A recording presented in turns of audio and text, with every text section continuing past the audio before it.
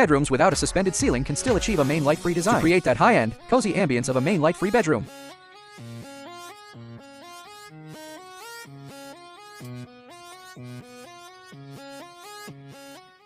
You must first understand the fundamental principles of bedroom lighting. The first principle to consider is color temperature selection, and you can't just go by feel. You need to refer to national design standards. In the GB 50034213 Standard for Lighting Design of Buildings, Section 4, Article 4, it states that the color characteristics and application of indoor light sources should comply with the following regulations.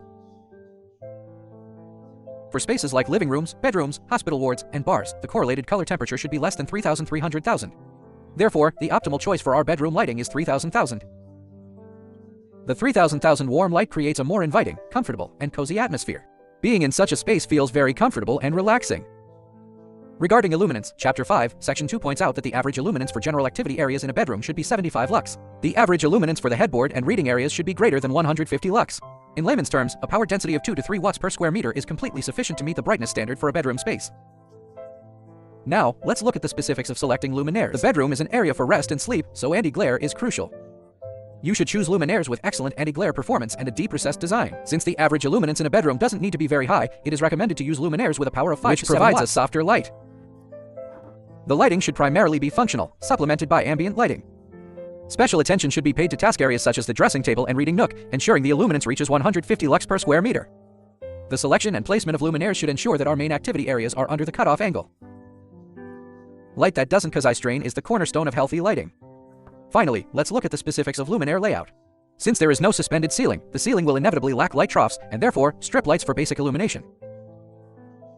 This requires close coordination between surface-mounted spotlights, bedside lamps, curtain pelmet lighting, and small pendant lights. Install surface-mounted spotlights directly above the foot of the bed. A key point here is, if you have a 1.5 meter bed, a single 7-watt 24-degree spotlight is sufficient.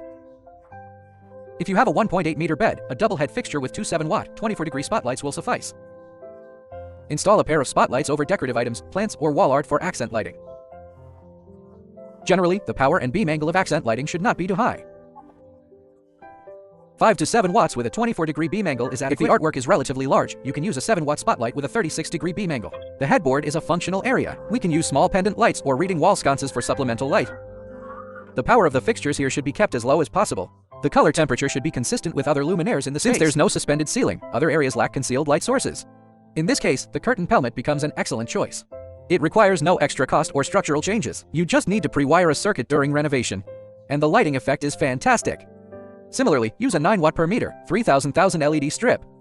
During installation, it's typically mounted to shine downwards at a 45-degree angle. This enhances the texture of the curtains and articulates the folds more dramatically, achieving the best lighting effect. Without a suspended ceiling, there are very few ambient light strips in the space. Therefore, installing a light strip behind the headboard is a highly recommended solution. The cost is low, the light is gentle, and the effect is high-end. This type of ambient lighting just needs to provide a glow. It doesn't need to be very bright. For a bedroom without a suspended ceiling, a motion sensor light strip under the bed is also a great way to add ambience. And the cost is indeed not very high. It just requires adding a power source under the bed. If you frequently get up at night, it's also very practical. Alright, that's all for sharing on main light-free design for bedrooms without suspended ceilings. I'm Jackie. If you found this helpful, please like, follow, and comment. Thank you.